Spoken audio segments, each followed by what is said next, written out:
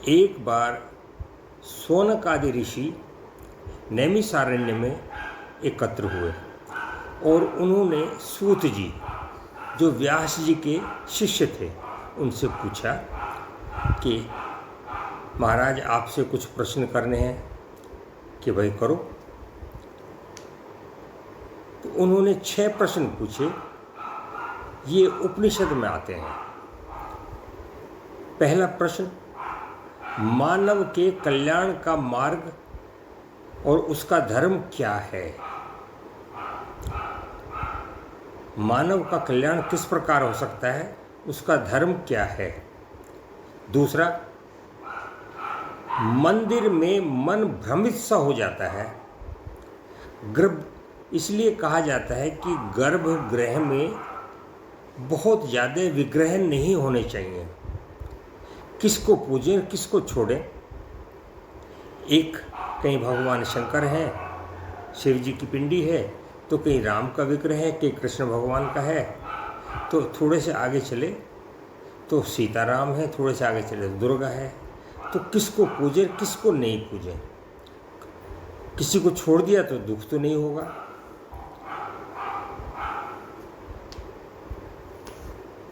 तीसरा प्रश्न था, वेद का सिद्धांत है कि हमारे जो प्रभु हैं वो अजन्मे हैं और अनामा हैं, ना वो जन्म लेते हैं ना वो उनका कोई नाम है। फिर ये विसंगति क्यों हुई कि वसुदेव के और देवकी के गर्भ से जो पुत्र हुए वह कृष्ण थे, या कौशल्या के पुत्र राम कैसे हुए? यदि नाम अजन्मा है तो फिर जन्म क्यों? ये तीसरा प्रश्न हुआ। चौथा प्रश्न, भगवान यदि अवतार लेते हैं तो कितने हैं? 1, 10, 24। पांचवा प्रश्न है, उन सब ने कहा कि इतना विस्तार है हमारे ग्रंथों में और सनातन वांग्मय में कि सब तो पढ़ा नहीं जा सकता, सब सुना भी नहीं जा सकता। एक जन्म का तो है नहीं, एक जन्म में सुना भी नहीं जा सकता। तो फिर उन्होंने शौनकादि ऋषि ने कहा कि जी हमें तो सार बता दीजिए बस, जिससे हमारा काम चल जाए। और आज के वर्तमान के हिसाब से देखें तो उन्होंने कहा कि समय कम है। और छठा प्रश्न है, यदि धर्म की स्थापना के लिए भगवान आते हैं, जो कि लिखा है धर्म संस्थापनार्थाय संभावामि युगे युगे, तो धर्म की स्थापना तो हो गई। उसके बाद 125 वर्ष के बाद जब कृष्ण अपने धाम चले गए, फिर धर्म किसकी शरण में आ गया? इस धर्म का आधार फिर रहा क्या? तो मैं प्रयास करते हैं एक एक प्रश्न का उत्तर देने का।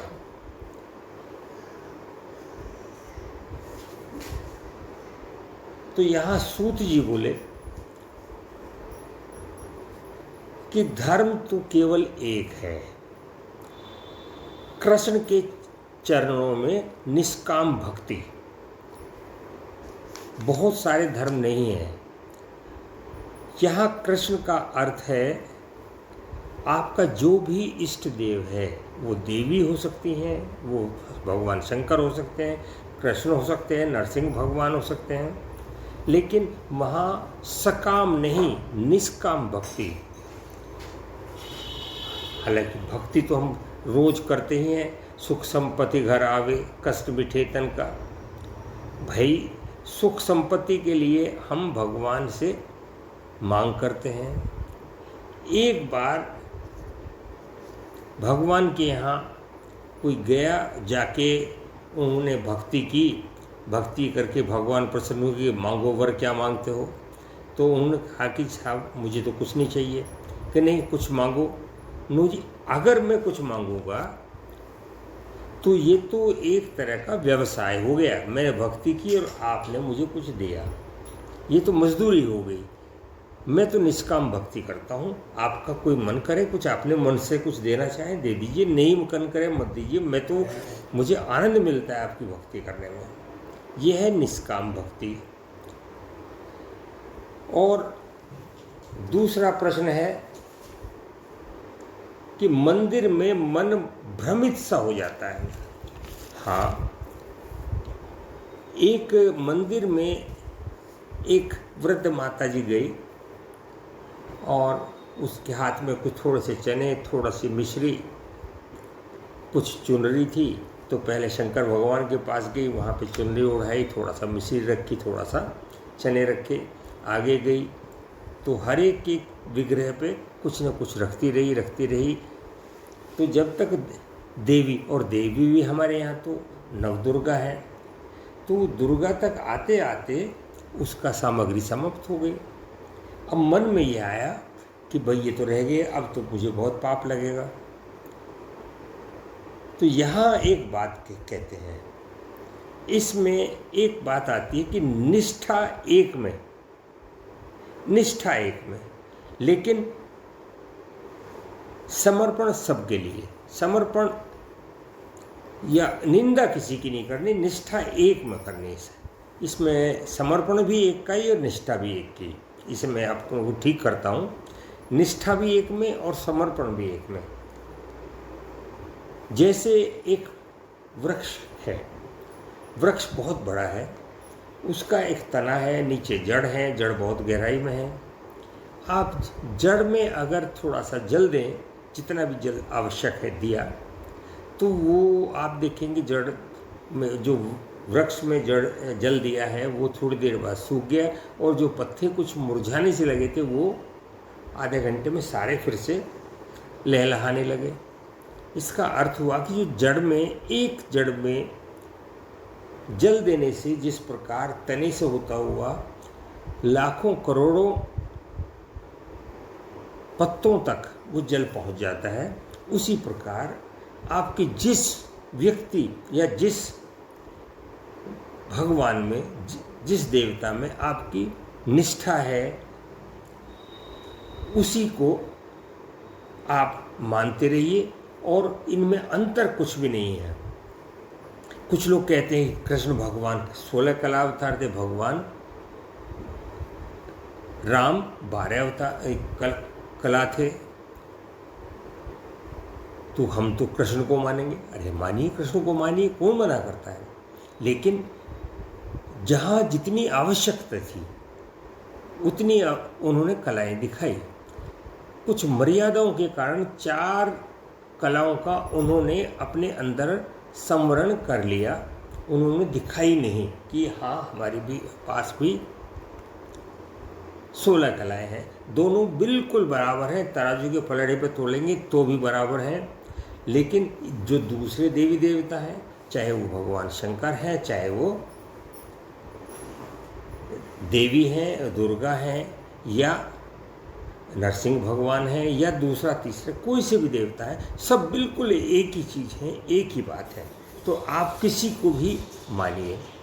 इसका एक उदाहरण दिया जाता है कि एक स्त्री है, बिल्कुल पतिव्रता है, उसका समर्पण और निष्ठा एक व्यक्ति में होती है, जो उसका पति है। लेकिन उसके लिए धर्म है कि जो उसका सास है, दौरानी है, जेठानी है, जेठ है, देवर है, निंदा उनकी भी नहीं करनी, अपमान उनका भी नहीं करना है, लेकिन समर्पण तो एक ही में ही करना है, एक के प्रति समर्पित होंगे। तो इसी प्रकार हम लोग अपने एक देवता के प्रति समर्पित हों, उसी में निष्ठा रखें। इसके बाद आया कि वेद का सिद्धांत है कि भाई प्रभु अजन्मे हैं और उनका कोई नाम भी नहीं है। भाई प्रभु कोई हमारे आश्रित तो है नहीं कि हमसे पूछ के जन्म लेंगे। जब उनकी मन करता है और जब उनकी यहाँ पे आवश्यकता होती है तब वो आ जाते हैं। किस प्रकार आते हैं? वो गर्भ से नहीं, वो प्रकट होते हैं, प्रकट होते हैं हर जगह से। ऐसे ही है, भय प्रकट कृपाला दीन दयाला कौशल्या हितकारी, तो वो प्रकट होते हैं। ऐसे ही कृष्ण भगवान कारागार में प्रकट हुए। कहते हैं कि वो देवकी के गर्भ से हुए, हाँ कहने को कह लीजिए, उन्होंने उनको मता माना, लेकिन ये प्रकट होते हैं, जब भी आवश्यकता होती है तब प्रकट होते हैं। और रही बात इसकी कि भाई ये तो इनके कितने कि नाम नहीं है, कितने नाम हैं, हरि अनंत, हरि कथा अनंता। हरि जो है अनंत है और उनकी कथा भी अनंत है, उनके नाम भी अनंत हैं। एक बार शेष भगवान ने, शेषनाग शेष भगवान ने विष्णु भगवान से कहा कि जी आप कुछ काम के लिए बाहर जा रहे हैं, मैं इस पृथ्वी को कब तक अपने सर पे उठाए रखूं? उनको तुम मेरा नाम लेते रहो बस, जब वे नाम समाप्त हो जाए तो उस पृथ्वी का एक तरफ रख देना। और वो नाम आज तक समाप्त नहीं हुए। आप कुछ भी कहिए, ऐ से लेके है तक और है से लेके ए तक, नाम कुछ भी लीजिए, वही प्रभु का नाम है। हजार जन्म लेकर भी वो अजन्मा है, ऐसा आता है। और न वो स्त्री है न वो पुरुष है, वो पुरुष भी है वो स्त्री भी है, वो एक भी है वो अनेक भी है। जब भक्त के हृदय में दीन भाव आता है, दीन भाव, तो वो तुरंत प्रकट हो जाते हैं, कहीं भी किसी भी रूप में तभी प्रकट होते हैं जब दीनता का भाव आता है और निष्कपट निश्चल भक्ति होती है, तो भगवान द्रवित हो जाते हैं, हमारे सामने प्रकट हो जाते हैं। लेकिन जैसे ही हम में अहंकार आता है तो वो फिर से अंतर्ध्यान हो जाते हैं। तो जहाँ भक्ति हुई, दीनता आई, तो निराकार से साकार हो जाते हैं। और जहाँ अहंकार आया और मैं की भावना आई, मैं कुछ हूँ, तो वहाँ से भगवान फिर अंतर्ध्यान हो जाते हैं। अवतार भाई, वैसे तो चूंकि हरि अनंत हैं तो उनके अवतार भी अनंत हैं। और एक बात तो यह है कि वर्तमान में इस पृथ्वी पर करीब करीब 7 अरब व्यक्ति हैं, तो 7 अरब भगवान तो है ही हैं, जो उन्होंने कहा है एक को हम बहुश्याम में, मैं एक हूँ लेकिन मेरा मन किया कि मैं बहुत हो जाऊँ।